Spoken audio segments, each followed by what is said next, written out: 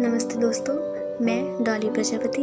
आप सभी का स्वागत है मेरे पोइट्री और अब स्टोरी टेलिंग के इस नए सफ़र पर। आज इस कहानी के साथ हम मिलकर सीखेंगे, महसूस करेंगे और माँ की शक्तियों को सैल्यूट करेंगे। अगर आपको ये सफ़र पसंद आए तो वीडियो के लिए लाइक करें, अपने दोस्तों के साथ शेयर करें और कमेंट्स में अपने दिल की बात ज़रूर बताएं। तो चलिए शुरू करते हैं आज की कहानी। बहुत समय पहले की बात है, जब धरती पर बुराई बढ़ गई थी और अच्छे लोग डर कर रहने लगे थे। उस वक्त भगवान ने तय किया कि अब इस दुनिया को बचाने के लिए माँ खुद आएंगी। जब जब धरती पर मुसीबत बढ़ गई, तब तब माता नए रूप लेकर अपने बच्चों को बचाने और धरती का कल्याण करने के लिए सामने आई थी। नवरात्रि की ये 9 रातें हमें माँ के उन 9 शक्तिशाली स्वरूपों का दर्शन करवाती हैं, उनकी कहानी बताती हैं। तो चलिए आज हम इस वीडियो के माध्यम से माँ के उन 9 रूपों के पीछे की कहानी को जानते हैं। पहला दिन, माता शैलपुत्री। पहले दिन आती है माँ शैलपुत्री। पिछले जन्म में माता सती, जो कि भगवान शिव की अर्धांगिनी थी, दक्ष प्रजापति की पुत्री थी। माता सती ने अपने पति भगवान शिव के अपमान से दुखी होकर स्वयं अग्नि में बलिदान दिया था। अगले जन्म में उन्होंने पहाड़ों के राजा हिमालय की पुत्री के रूप में जन्म लिया। वे अपने हाथों में त्रिशूल धारण करती हैं। बैल उनकी सवारी है। वे हमें बताती व सिखाती हैं कि जिस प्रकार पहाड़ कभी नहीं हिलता, ठीक उसी प्रकार हमें भी कभी किसी मुश्किल से हार मानकर पीछे नहीं हटना चाहिए। पहाड़ की तरह दृढ़ रहना चाहिए। दूसरा दिन, माता ब्रह्मचारिणी। दूसरे दिन आती है माँ ब्रह्मचारिणी। वो सादी सी धोती पहनती हैं, हाथों में जाप माला और कमंडल धारण करती हैं। माँ ने महादेव को अपने पति के रूप में पाने के लिए कड़ी से कड़ी तपस्या की थी। हजारों सालों तक बिना कुछ खाए पिए कठोर तप किया, तब उन्हें महादेव पति के रूप में प्राप्त हुए। वे हमें सिखाती व बताती हैं कि जिस प्रकार उनकी कठोर तपस्या से प्रसन्न होकर शिवजी ने उनसे विवाह किया था, ठीक उसी प्रकार से मेहनत और धैर्य रखने वालों को कोई नहीं रोक सकता। उनको उनकी मंजिल जरूर प्राप्त होती है। तीसरा दिन, माँ चंद्रघंटा। तीसरे दिन आती हैं माँ चंद्रघंटा। उनके माथे पर चांद है, शेर उनकी सवारी है। जब माता का विवाह महादेव से हुआ, तब उन्होंने अपने माथे पर अर्धचंद्र की घंटी जैसा तिलक बनाया था।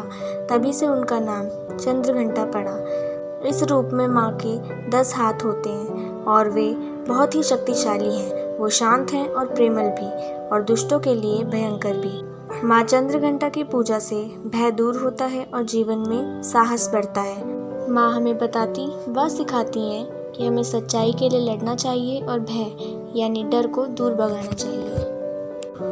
चौथा दिन, माता कुष्मांडा। चौथे दिन आती हैं माँ कुष्मांडा। कहा जाता है कि जब कुछ नहीं था, केवल अंधेरा ही अंधेरा था, तब माँ कुष्मांडा ने अपने सुंदर मुस्कान से ब्रह्मांड में सूरज की रोशनी फैलाई थी। इसलिए उन्हें आदि शक्ति भी कहा जाता है। माँ के पास 8 हाथ होते हैं, इसलिए उन्हें अष्टभुजा देवी भी कहते हैं। वे शेर पर सवार होती हैं। माँ की पूजा से ऊर्जा, आरोग्य और जीवन में प्रकाश आता है। माँ हमें बताती व सिखाती हैं कि थोड़ी सी मुस्कान से सबसे बड़ा अंधेरा या बुराई भी मिटाई जा सकती है। 5वां दिन, माँ स्कंद माता। 5वें दिन आती हैं माँ स्कंद माता। माँ का ये रूप माँ के स्नेह और करुणा का प्रतीक है। माँ ने स्कंद यानी कार्तिकेय को जन्म दिया, जो देव सेना के सेनापति बने। इस रूप में माँ अपने गोद में स्कंद को बिठाई होती हैं और कमल पर विराजमान होती हैं। माँ स्कंद माता की पूजा से बुद्धि और ज्ञान प्राप्त होता है। बच्चों की रक्षा और परिवार में सुख शांति के लिए माँ का ये रूप विशेष महत्व रखता है। माँ स्कंद माता हमें बताती व सिखाती हैं कि ममता और स्नेह ही इंसान को सच्चा बनाता है। छठा दिन, माता कात्यायनी। छठे दिन आती हैं माँ कात्यायनी, जिनकी सवारी शेर है, हाथों में तलवार है। ऋषि कात्यायन के घर माँ का जन्म हुआ, इसलिए उन्हें कात्यायनी कहा गया। ये रूप सबसे वीर और योद्धा रूप है। माँ कात्यायनी ही महिषासुर मर्दिनी के रूप में जानी जाती हैं, जिन्होंने असुर महिषासुर का वध करके देवताओं को उनकी ताकत लौटाई। माँ कात्यायनी शक्ति और साहस का प्रतीक है। उनकी पूजा से विवाह में रुकावट दूर होती है और जीवन में शक्ति का वरदान मिलता है।